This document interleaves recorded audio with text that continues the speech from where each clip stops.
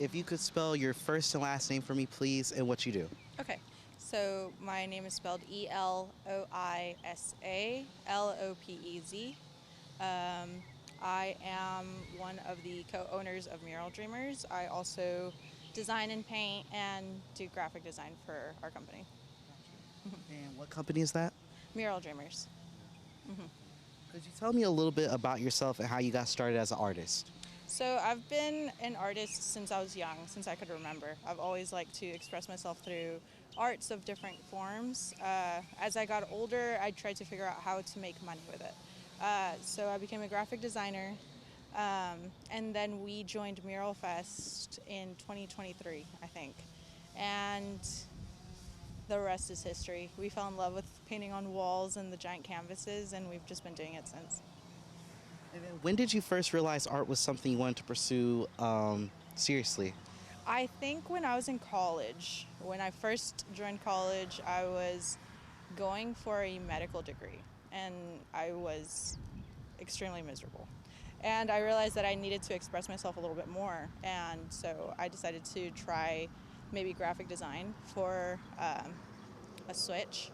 And I realized how much happier it made me and that that's where I needed to be.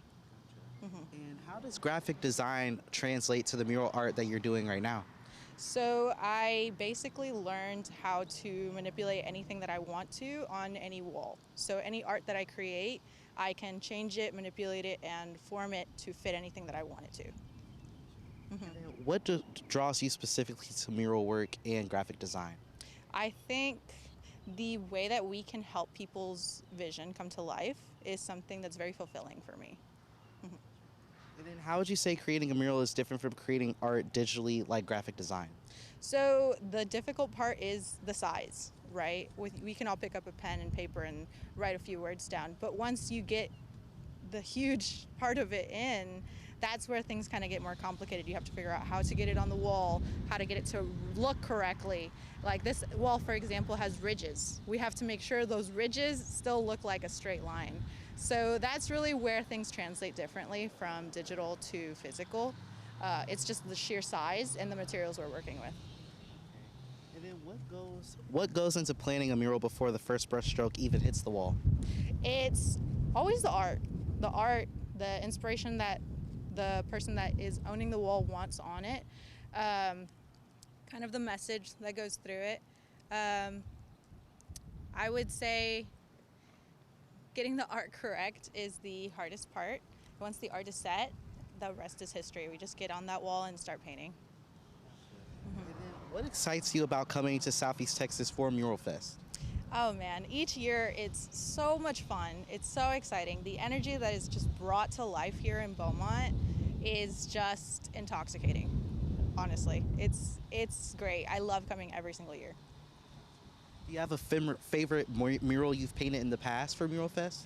Yes, actually, it was. I think 2 years ago we did a pancake stack, and I designed that one, and it got chosen.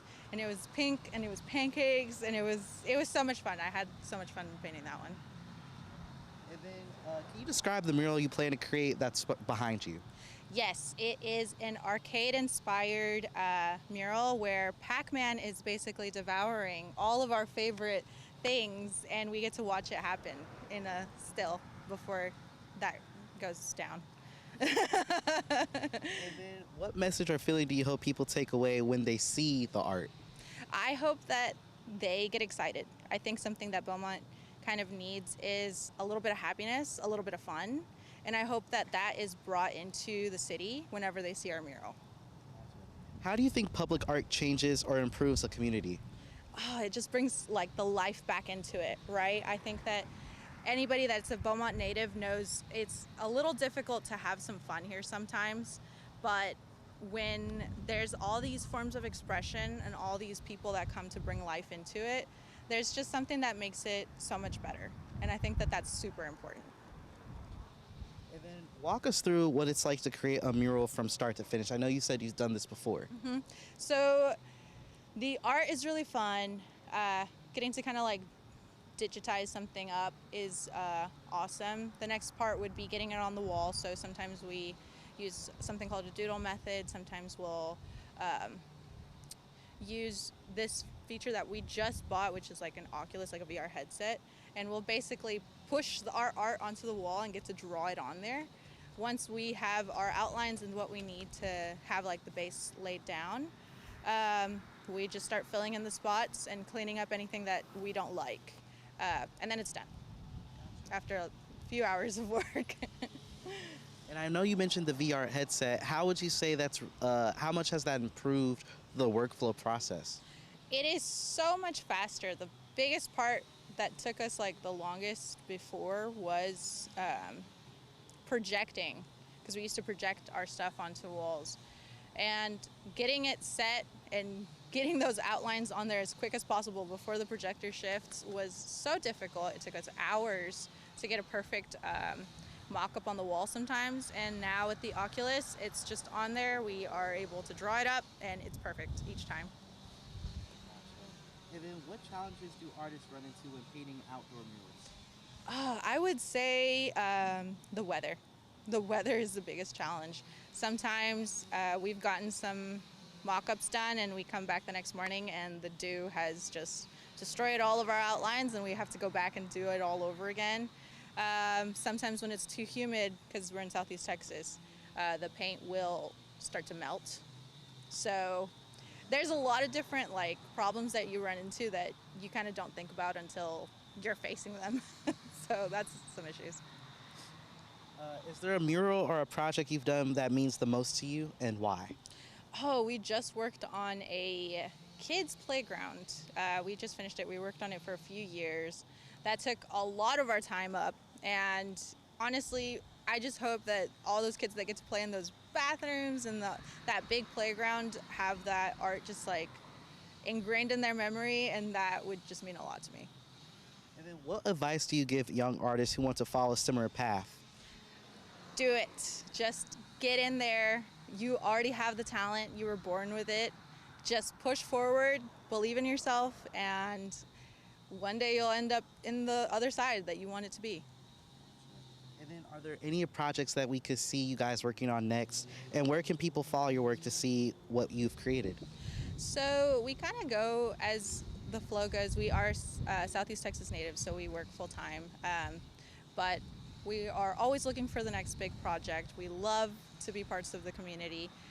And where people can find us is at Mural Dreamers. We are on all social media platforms, Facebook, Instagram, everywhere, TikTok. We're always doing silly things, and we just want to be part of the community all the time. Could you spell your first and last name for me one more time and your position, please, and what you do? Yes, my name is Eloisa Lopez. It's spelled Eloisa Lopez, and I am the CEO of Mural Dreamers. Thank you so much. And it's Eloisa? Yes, okay, gotcha. All right, could you spell your first and last name for me, please? Tiffany and Ready. Could you tell me what you do? I am a muralist. I am one of the co-founders of Mural Dreamers. Me and Eloisa started it back in 2023, and we actually did it participating in the Beaumont Mural Festival. And the first time we painted the mural, we decided this is what we want to do forever. It's so much fun.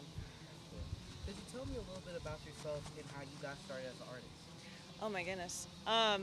Growing up, I did art all the time. I kind of just always had that creative gene and really enjoyed it. When I graduated high school, I knew that that's what I wanted to do in my profession, so I actually went to school for graphic design and graduated here at Lamar University, got my Bachelor's of Fine Arts in Graphic Design, and from there I went on to design t-shirts and work with marketing companies, building websites, email campaigns, kind of working on the more marketing side of graphic design, creativity, and that kind of led me to here, oddly enough, working on murals, and I love it because we do murals for businesses, so I still kind of get to work with the marketing aspect of it and the branding aspect of it, but in a, I don't know, I want to say like a more creative way, but yeah, like it feels more hands-on marketing, if that makes sense. Gotcha. And then how would you describe the style or type of art that you create? Oh man, I feel like I create so many different kinds of styles of art. My art is kind of adaptable, I feel like. And I think that's why I love working with brands, because I don't have to stick to one style of art. If the brand is more minimal and feminine, I am really good at like easing into that brand's aesthetic. Or if it's like poppy and big, bright, vibrant colors, I get to work with that as well. So it's kind of a weird question. I work with so many different styles, and my portfolio is so like vast because I get to work with so many different styles, and I feel like that's kind of one of my strengths as a graphic designer and working with different brands. So. And then what draws you specifically to mural work? I love it. When we did our first mural outside Beaumont Mural Fest, it was something about being outside together, painting, fresh air. I don't know, like something about that was so nice and such a change of pace from being at a desk all day and designing there, which that's great too, and I love that. But this is on a whole different scale, and not only is it enjoyable, but the end result, like when you back away from a mural and you see this huge piece of artwork that's bigger and taller than you, it feels so like I guess empowering and validating. Like I love stepping back and being like, wow, I just did that. I don't know how I just did that. I just did that, and that's why I love it so much.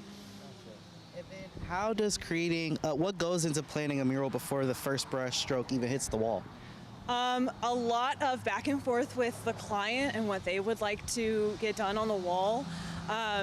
Once we get a design finalized that they're happy with, there's a lot of planning that goes into how are we going to scale this up on a wall this size, and the size of the wall, you know, factors in as well.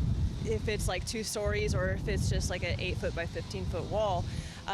We've used multiple different methods to get the mural up. We've used something called the doodle method, where you literally just paint a bunch of doodles, X's, hearts, stars, everything.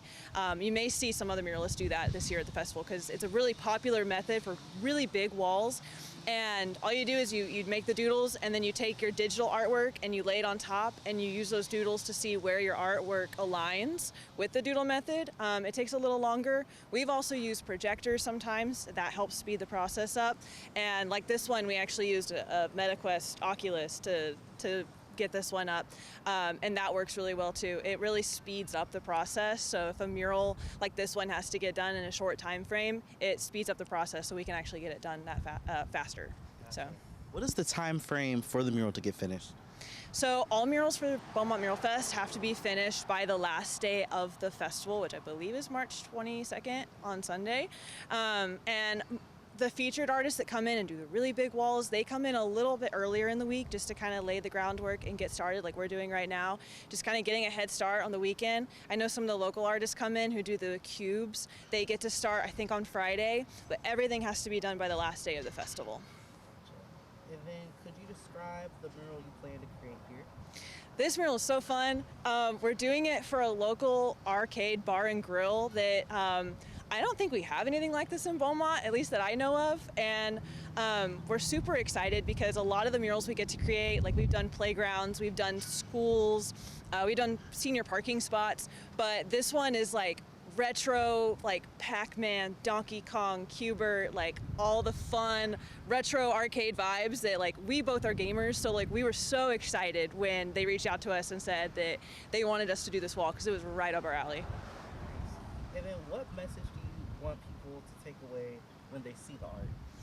Oh man, so I really want them, because like I said, this kind of business I don't think really exists here in Beaumont. I would love them to see, like, drive by, see the retro arcade style art, and really think like, oh shoot, is that like a retro arcade? You know, like, we don't have one of these here. I want to go check it out. I want to go see what they have. We talked to the owners and they're super sweet, and this guy has a bunch of arcades that he's just collected over the years. So we're excited to see what they're going to bring and what's going to be, like, what this business is going to entail. And I really hope that when people see the mural and pass by, that they will want to stop and come check it out as well. How does public art change or improve communities? I feel like art is such a, like, it transcends all different kinds of cultures. Like, people, there's like language barriers when you go into different cultures and countries and stuff, but art is something anyone can understand. No matter what language you speak, no matter where you come from, anyone can look at an art and get something from it. And I think that is the big takeaway with creating anything, like murals to canvas work. Like, I think art is so special in that sense that anyone can understand it, no matter who you are, where you're from. And then, what are some typical challenges you see when painting outdoor murals? Weather is a big thing, especially here in Texas, because sometimes it's 80 degrees and then in the afternoon it's 30 degrees and it's raining and it's cloudy, and that can really slow us down sometimes. We have to account for that. Sometimes we don't have access to power, sometimes we don't have running water. There's a lot of things that go into preparing for an outdoor mural, even the longevity of a mural and making sure it lasts long, because sunlight and UV rays, when they hit paint, it can fade over time. So it's really important you're using the proper paint for an outside mural so that it lasts as long as possible for years and years to come. And then what do events like Mural Fest mean for local artists and communities? I know for us it meant opportunity, because we were that local artist that we didn't think it'd be possible for us to do it, but when they, like years ago, when they opened the call for local artists to join, I remember thinking like, this could be cool, don't know if we could do it, but like, why not just try and see what happens? And we did, and they were all for us having us come and paint. And then at that point we were like, oh shoot, what did we get ourselves into? Like, oh no. But it was so nice. Like where there's a will, there's a way, right? So like, even though it was intimidating and even though it seemed out of our range, we still did it. And now that we did it, we're here, and now we're painting this huge wall behind us, and we love it. So without that opportunity, without Mural Fest creating those opportunities for local artists, people like us would not be here, and we would not have discovered this love of murals that we know today. And we think about that a lot. Like, we would not be here if they didn't open that kind of opportunity up for local artists here in Beaumont. Why is it so important for public art? Why is public art important in cities that may not have lots of galleries or museums? I mean, yeah, they don't have anything, they don't have those galleries, they don't have museums to go to and admire art. And like I was saying before, art transcends all different kinds of language and culture. So if you don't, art's supposed to make you feel something. So if you, and going museums may sound boring, but when you don't have access to that kind of culture and that kind of ability to go and appreciate artwork from other people, having places like this where we can appreciate artwork just by like driving on the highway, it does the same thing that it does in a gallery. It makes you feel something, whether it's happy, sad, it wants you to go play an arcade game, right? Like, I think that's so important for everywhere, that everyone needs to have murals accessible for people that maybe can't have access to museums and art museums and stuff. Is there a mural project you've done that means the most to you? We've done so many. I feel like